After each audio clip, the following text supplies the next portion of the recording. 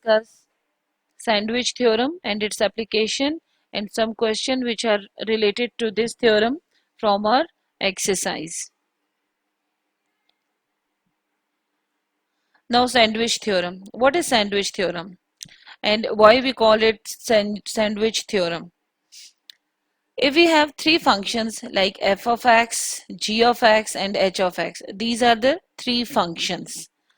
And if we say g of x is less than or equals to f of x and f of x is again less than to h of x, and if we find the limits of these function, we have if at certain point c, if x approaches to certain point c, g of x has some limit, and at the same point h of x at the same point which is x approaches to c, h of x and g of x, these both functions have the same limits, then we can say the limit of this middle one function has the same one. So at the end we can say the all three functions have the same limit point. The more explanation of the statement of sandwich theorem, look at here. Look at this graph. If you have a function f of x and the graph of function is representing here with this green color, f of x of the graph of f of x is of this green color. This curve shows the graph of function f of x, and at point A, when x approaches to A, at certain point you may call it A, C, no, or R, whatever, but at the same point A, if f of x has the function limit L and h of x also has the same limit L at the same point A. So the third function, which is the g of x, which lies between h of x and f of x, and g of x becomes the sandwich between f of x and h of x. That's why we called it a sandwich theorem, because the two functions f of x and h of x makes the sandwich of this g of x. Here we have a simple example. If we have three persons, the first one is Imran, Dia and Sel. Dia eats at least as much as Imran. Dia eats, the middle one eats as much as Imran. And Sel eats at least as much as Dia. Dia eats at least as much as Imran and Sel eats at least as much as Imran.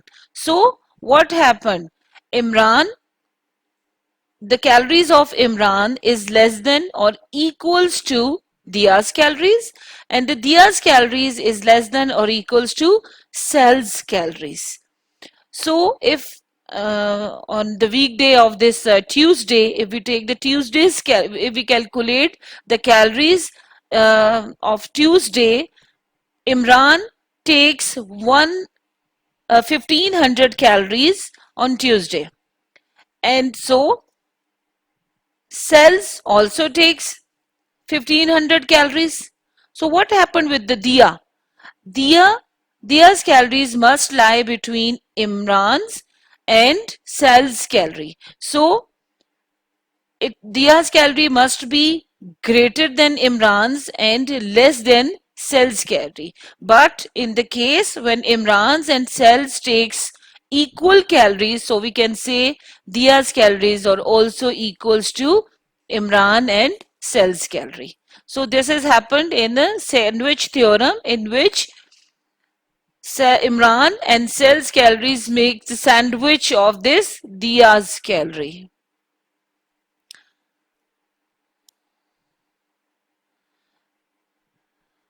You can see your, please open your books and open page number 25, on which the statement of sandwich theorem is given. I'll read it for you. let f, g and h be functions that are f of x is less than or equals to g of x and g of x is less than or equals to h of x for all members of x in some open interval containing c, except possibly at c itself. If f limit, I will write it for you. The statement is if f, g,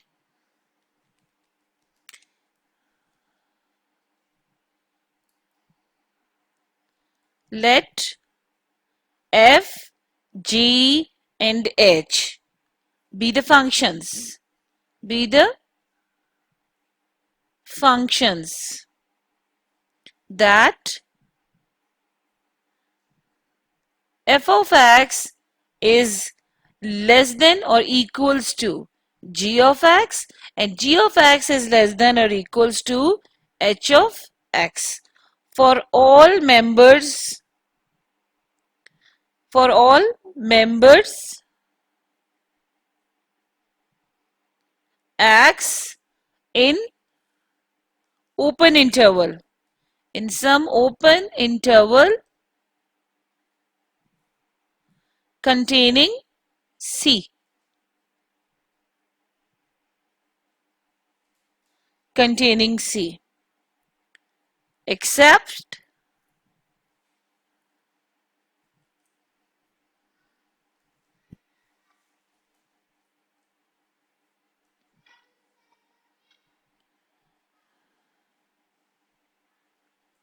except possibly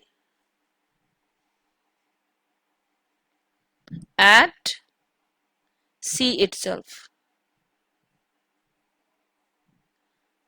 And if limit x approaches to c, f of x is equals to L and limit x approaches to c, h of x is equals to L, then what happened? Then, as I have told you, at this point, limit x approaches to c, g of x will also equals to this limit L. In simple word, we can say if we have three functions f, g and h. F, g and h are the three functions and f of x is less than or equals to g of x and this function again less than to this h of x and and if we take some open interval in some open interval we can say if we can say we have an open interval, just to explain you, if we have this open interval a b which starting point is a and b, this is an this is your open interval and the point c lies between these 2 points in somewhere else.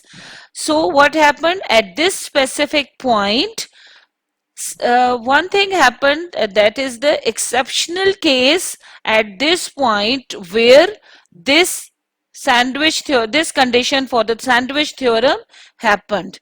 And what happened at this point, limit x approaches to 0, when limit x approaches to c, means when limit x approaches to this exceptional point c, or function's limit becomes equals to L, and not only this function, the limit of this function approaches to L, this function also takes the same limit and that is L. So what happened with the middle one? The middle one will also has the limit L at x is equals to c. So this is the statement of your theorem and this theorem is called sandwich theorem. Today we will do one application of this sandwich theorem and this application is if theta is measured, what happened?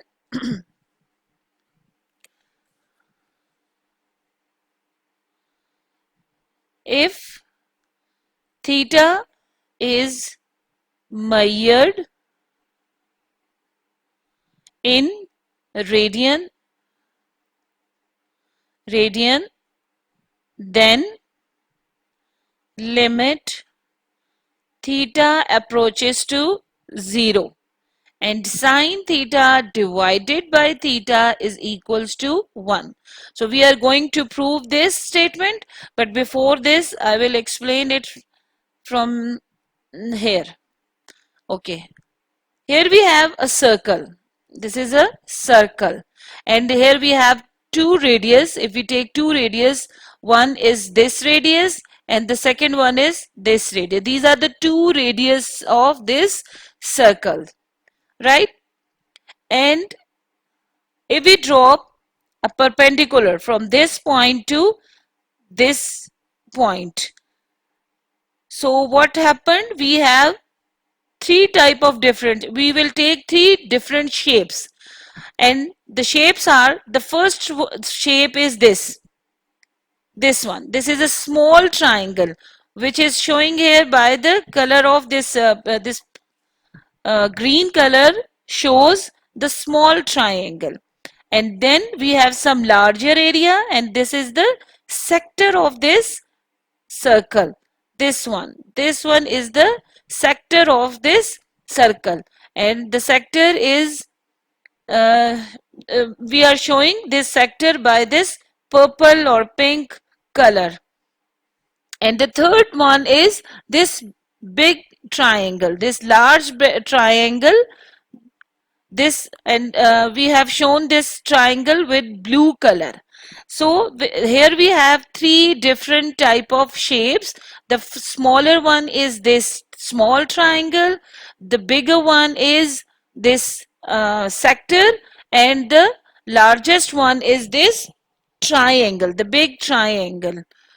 And now by using these different shapes we are going to solve this problem.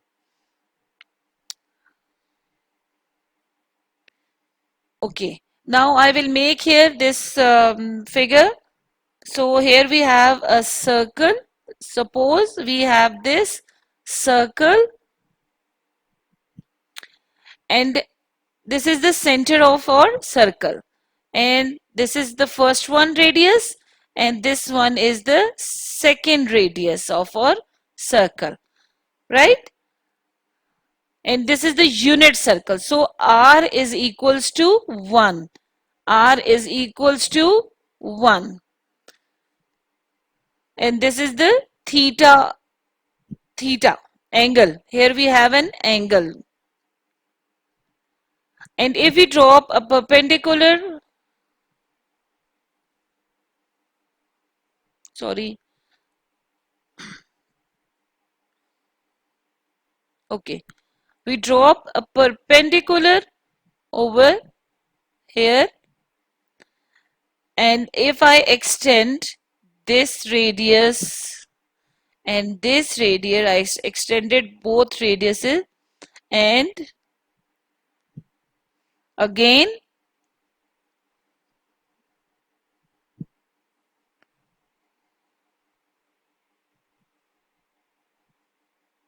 okay, now I have three different shapes. The first one is of this blue color. I'm shading it. This one is the small triangle we have.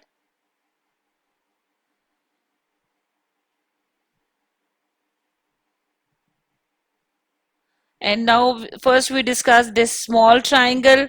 We give the different, this is this central point. This point is called C point. Sorry, this one is,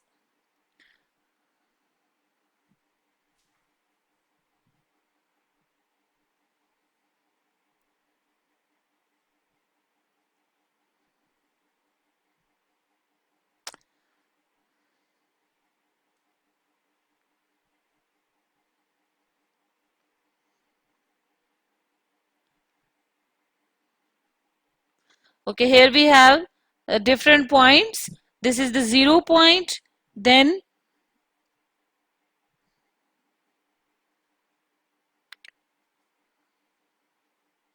Okay, this is the 0 point and the central point O, and then here we have an right angle, and this point where we dropped a perpendicular, this is point C, and this one is point A.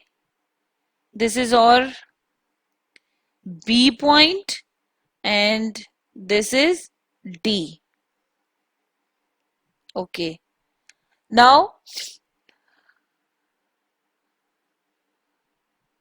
to evaluate this limit, we apply some technique, and here we take theta, a positive acute central angle of a circle with radius r is equals to 1, as I have told you this before, and here 0 AB represent a sector of a circle. 0 AB, 0 AB, yeah, OAB. OAB is the sector, OCB is a small triangle, and OAD is a large, the big triangle. Now, what we have given OA is equals to OB. What they are? OA and OB is equals to 1. Here we are talking about the radius of our circle. So they both are radiuses. The OA and OB is equals to 1. As I have told you, we have taken a unit circle. That's why its radius is equals to 1. Now, in triangle OCB, I'm talking about the small triangle OCB, which I have shaded this blue color. OCB is a small triangle in which, if we talk about the sine theta, what is sine theta? Sine theta is perpendicular over hypotenuse. So here we have a perpendicular is BC. BC or perpendicular. That's why we have make a angle, 90-degree angle over here. So this is our perpendicular. So BC divided by OB. OB is our hypotenuse. So these both lines shows the magnitude of these lines. So this is equals to BC. Why? Because OB, as I have written here, OB is equals to 1. So BC divided by OB means 1. So finally we have BC. Same in triangle OAD. OAD. I'm talking about this big triangle. In OAD, tan theta is equals to AD perpendicular over base. So AD divided by OA.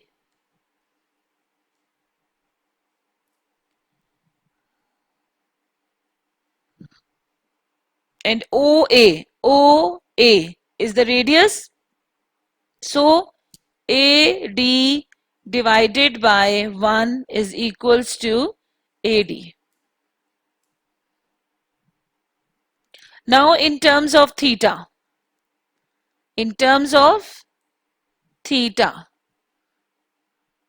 we express the areas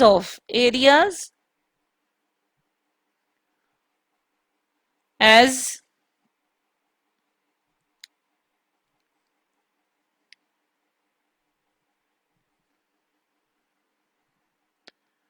we have done some construction. So what we have done, first we produce OB2 D, so that AD is perpendicular to OA, and draw BC perpendicular to OA, and finally join AB. Now look at here.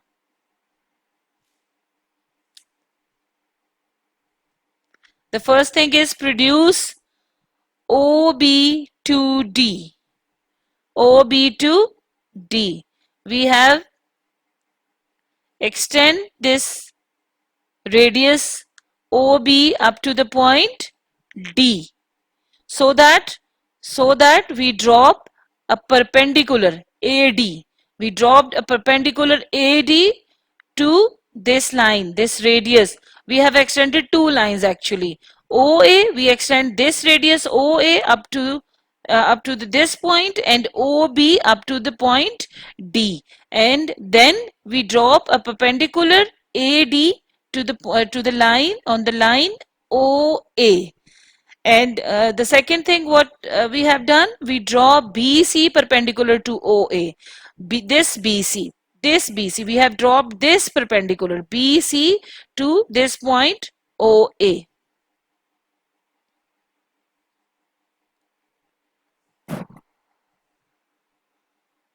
Actually, this figure is not as much clear. That's why I have made this picture for you to explain. This one, this is the smallest triangle, then the sector, and then the big one. So we have, these are the two constructions, and then what we have done, we join AB. We join AB, this AB. Okay. Now we calculate the areas of these different figures. So first we will take the smaller triangle, we calculate the area of small triangle, then the sector, and then the big triangle. Here we have, if you compare these three figures, what you get, the smaller triangle, first you have a small triangle which is less than or equals to the sector, and the sector is also less than to the big triangle. So here we are comparing three different figures. Okay, the first one is, the first calculation is for where we are going to calculate the area of O of triangle OAB. And you know what is the formula for the area of some triangle? That is 1 by 2 into base into height or altitude. So here we have 1 by 2, then OA we know it's the area and unit area means 1, and then BC, we have calculated BC over here. We have calculated BC over here, and BC is equals to this sine theta. So we put sine theta,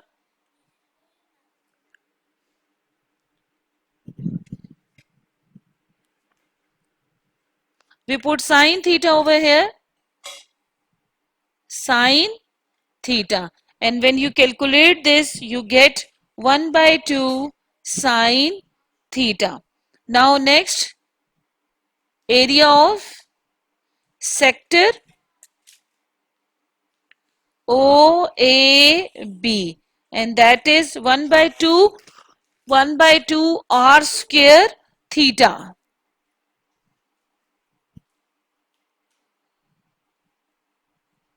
And r square means 1 square theta, and finally we get 1 by 2 theta. We get 1 by 2 theta, and in the last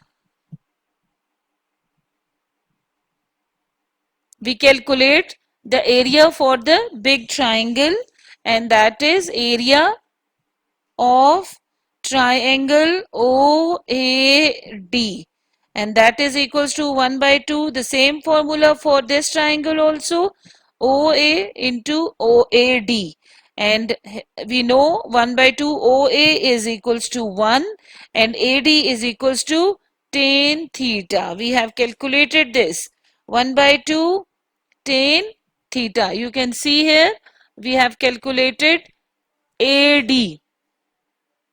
Here we have AD. AD is equals to this tan theta.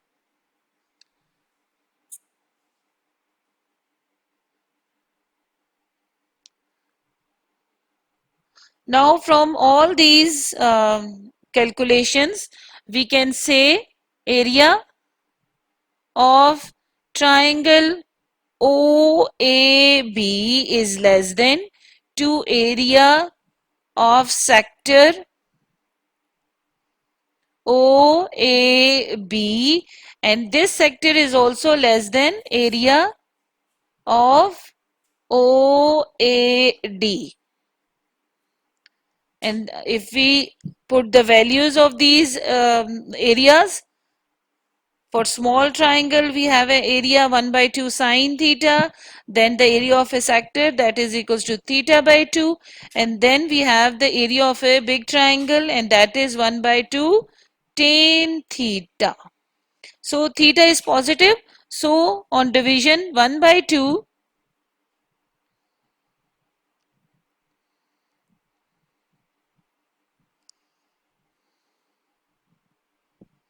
so theta, if we take theta positive, as theta is positive, theta is positive, so divide this whole equation by 1 by 2. So if we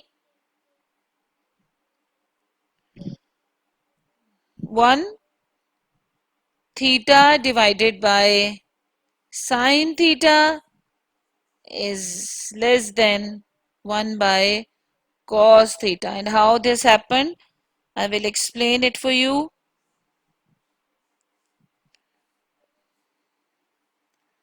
1 by 2 sine theta is less than theta by 2 is less than 1 by 2 tan theta, and here we need just theta. So what I will do, 2 1 by 2 sine theta is less than 2 into theta by 2 and 2 into 1 by 2 tan theta, and I get sine theta 2 and 2 are cancelled with each other. Here again theta and then tan theta. Now sine theta is less than theta is less than sine theta divided by cos of theta.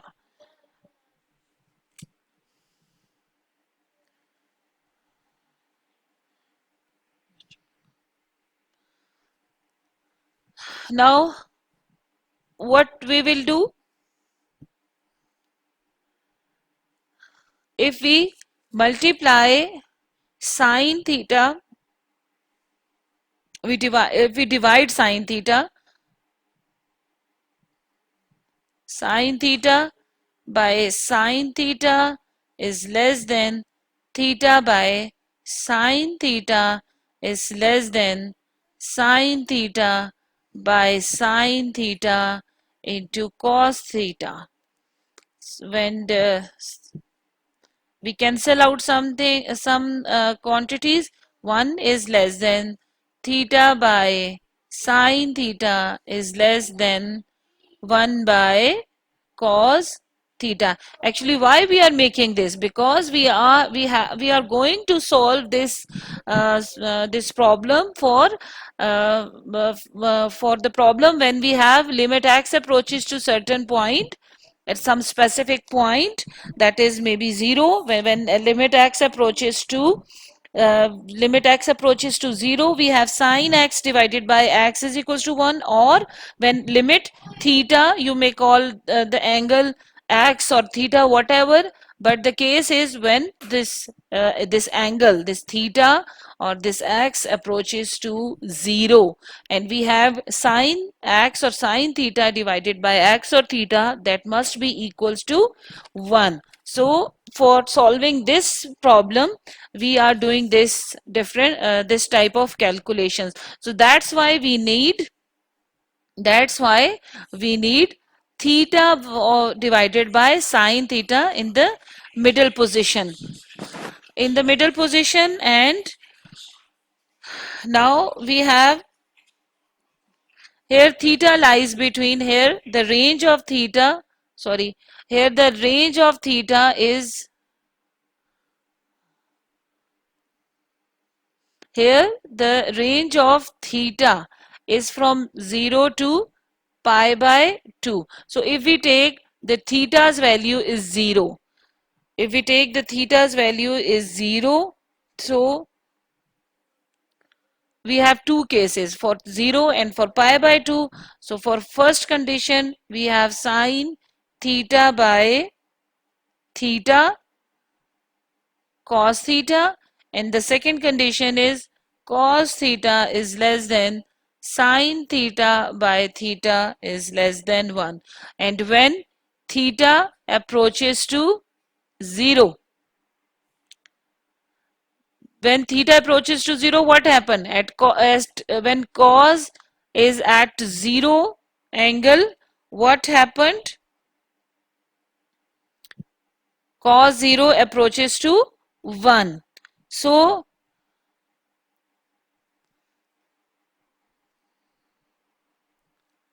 since sine theta divided by theta is sandwiched between 1 and a quantity approaches to 1, sine theta by theta is a sandwich between which two quantities? Between one quantity is decided, and that is 1. One quantity is 1 and the other quantity which is approaches to 0 and also gives you one result. Means by sandwich theorem it must also approach to 1. So limit, so we can say that, so what we say? We can say that limit theta approaches to 0, sine theta divided by theta is equals to 1. Means हम क्या कह रहे हैं? हम ये कह रहे हैं कि एक क्वांटिटी जो है वो ये वाली जो क्वांटिटी है, ये जो बीच में साइन थीटा बाई थीटा जो है, ये एक केस में आपके पास क्या है, आप चाहे इस तरह लिख लो, इस तरह सॉरी, आप जिस तरह चाहे लिख लो, आपके पास क्या हो रहा है? साइन थीटा ये वाली क्वांटिटी अगर लेस है 1 से और दूसरी वाली क्वांटिटी ये वाली, ये जब आप 0 का अप्रोच करते हैं तो ये भी आपको 1 ही रिजल्ट देती है. तो इसका मतलब है जब ये दोनों क्वांटिटीज, ये दोनों फंक्शंस के रिजल्ट बराबर हो गए हैं तो फिर मिडिल वन भी 1 के ही बराबर होगा. और यही तो सैंडविच थ्योरम था. सैंडविच थ्योरम हमें क्या बता रहा था कि सैंडविच थ्योरम क्या होता है कि आपके पास जब राइट लेफ्ट इनइक्वालिटी का केस हो, इनइक्वालिटी हो या फिर इक्वालिटी, यानी बोथ केसेस हो जाएं, लेकिन उसको कहते हैं इनइक्वालिटी है. अगर इनइक्वालिटी के केसेस हो तो आपके पास अगर ये राइट लेफ्ट की दो कंडीशंस बराबर आ जाएं, यहां पे भी सेम रिजल्ट हो और यहां पे भी सेम रिजल्ट हो, तो आपके पास क्या होगा? इसका मतलब है कि ये दरमियान वाला जो है ये भी आपको सेम ही रिजल्ट देगा, इसलिए कि इसका सैंडविच बन गया दो एक जैसी क्वांटिटीज के बीच में, तो तीसरे की भी वही आंसर होगा. तो इस कंडीशन से हम कंक्लूड कर लेते हैं कि जब limit theta approaches to 0, sine theta by theta is equals to 1. और यही चीज हमने यहाँ पे भी कही थी कि यही चीज है कि ये जो दरमियान में हमारे पास सेक्टर था, ये सैंडविच बन गया था इन दोनों के बीच में, तो इसलिए ये भी हमारे पास 0. और यहाँ पे जो हमने ये बनाया था, ये भी तीन डिफरेंट फंक्शंस हैं, F of x, H of x और जी ऑफ एक्स. यहाँ पे जी ऑफ एक्स जो है ये एच ऑफ एक्स और एफ ऑफ एक्स के बीच में सैंडविच बन रहा था. और किस पॉइंट पे? ए पॉइंट पे. इन दोनों फंक्शन की एच ऑफ एक्स और एफ ऑफ एक्स अगर लिमिट एल ले रहे हैं तो फिर जी ऑफ एक्स भी लिमिट एल ही लेगा. तो इसलिए हमने ये सैंडविच थ्योरम हमारा इससे प्रूफ हो गया. अब हम देखते हैं इसमें हमारे पास डिफरेंट क्वेश्चंस हैं एक्सरसाइज 1.3 के। तो 1.3 के I will solve some question from the exercise. Here we have question number 3, which is related to this theorem, this sandwich theorem. And now I'm going to solve this for you. Here we have mm, question number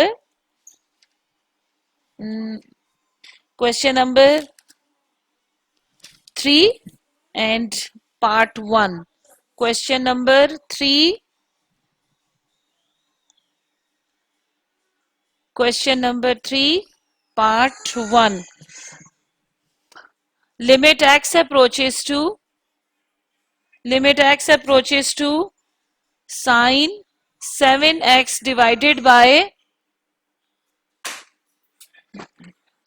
limit sine 7x divided by this x.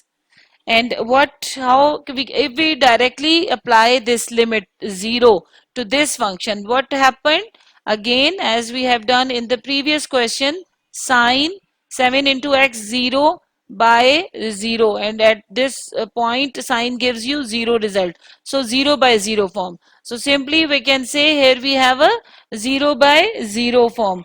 So for sandwich theorem, there are in this question, limit x approaches to 0 sine 7x divided by x. Here we have a 7x in the angle of sine. So that's why we need this 7 over here. At denominator we also have the same angle which is given here. So what we need? What's the requirement? The requirement is this: we need 7 over here. For making 7 over here, we multiply and divide this question by 7. So limit x approaches to 0 sine 7x divided by 7 into x and 7. This 7 is multiply here and this 7 is divided over here.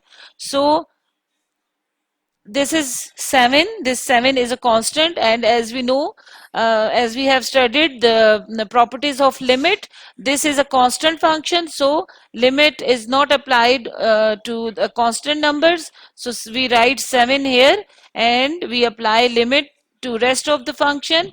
So limit x approaches to 0 sine 7x divided by 7x. So you can see here we have sine 7x, and in the denominator we also have a 7x. Now we can write 7 by using sandwich theorem.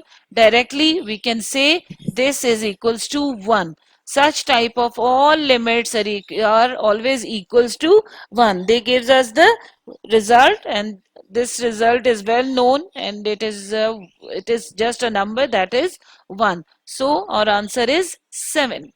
So it's a very simple question, simple approach you can use for solving your questions. And the second part of this question, the second part of question number 3 is limit x approaches to 0 sine x naught divided by x. X naught means this is a degree, and you know that I will solve it for you, because this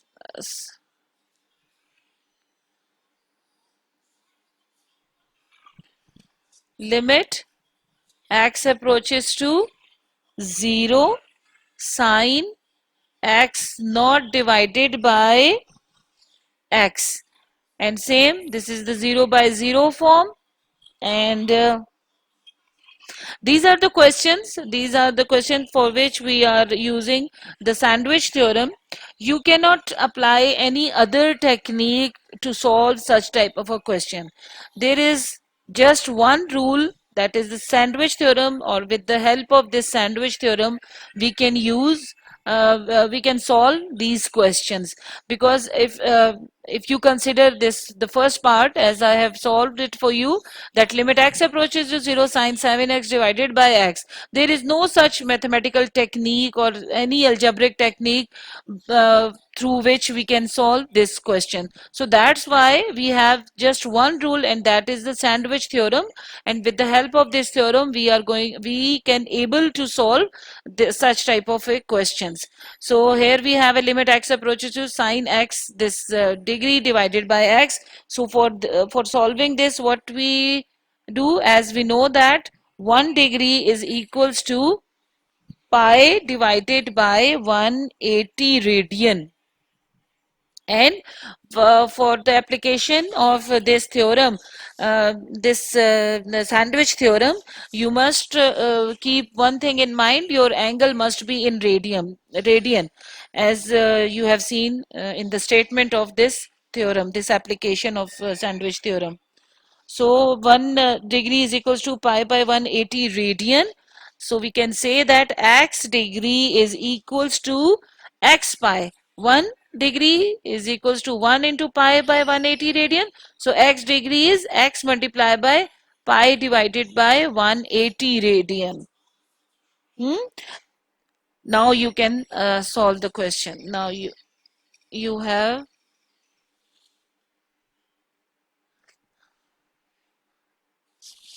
now limit x approaches to 0, sine x pi divided by 180 divided by x. So what's the deficiency in this question? For applying the sandwich theorem, we need pi and 180. Now you make pi and 180 in the denominator by multiplying and dividing by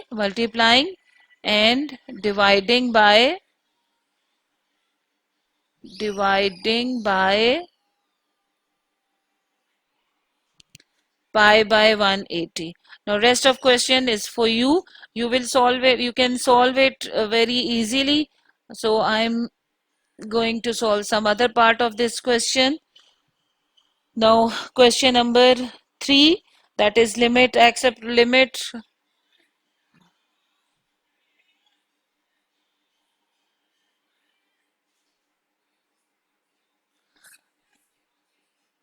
The third part, limit theta approaches to 0, 1 minus cos theta divided by sine theta. If you apply limit directly, you will also take 0 by 0 form. For this question, you have to rationalize this part. 1 minus cos theta, multiply and divide, and then you can solve the rest of question. For fourth part and the other parts of this question, you must apply, and you have to uh, apply different trigonometric uh, formulas uh, for formulas in this question. And if you have some problem, you can ask it through my WhatsApp number. This is the end of today's lecture, and the question number 3 also. Thank you very much.